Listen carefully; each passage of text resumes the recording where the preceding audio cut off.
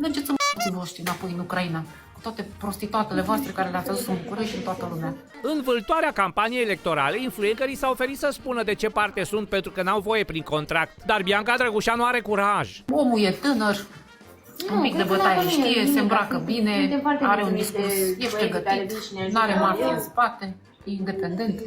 Astea sunt... Asta e alegerea mea, nu trebuie să faceți ca mine, că nu fac întotdeauna alegeri corecte, dar măcar mi le asum. Nu pot să votez cu mucușorul ăsta, că nu mă...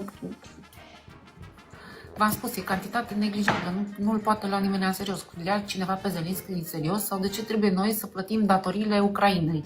Mergeți în m***ții voștri înapoi în Ucraina, cu toate prostituatele voastre care le-ați adus în București și în toată lumea.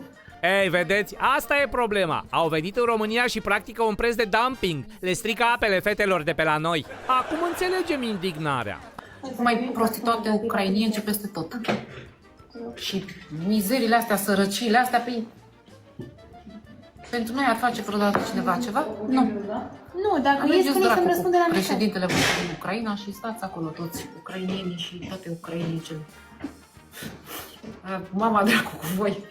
Suntem noi obligați, la noi mor copiii de foame de păstrăzi și de mucușorul ăsta vrea să ajutăm Ucraina. Să mor tu, dar du-te mă tu acolo și dă-i la lopată. La mizerile alea. Ești un măscăriș ca și ăla.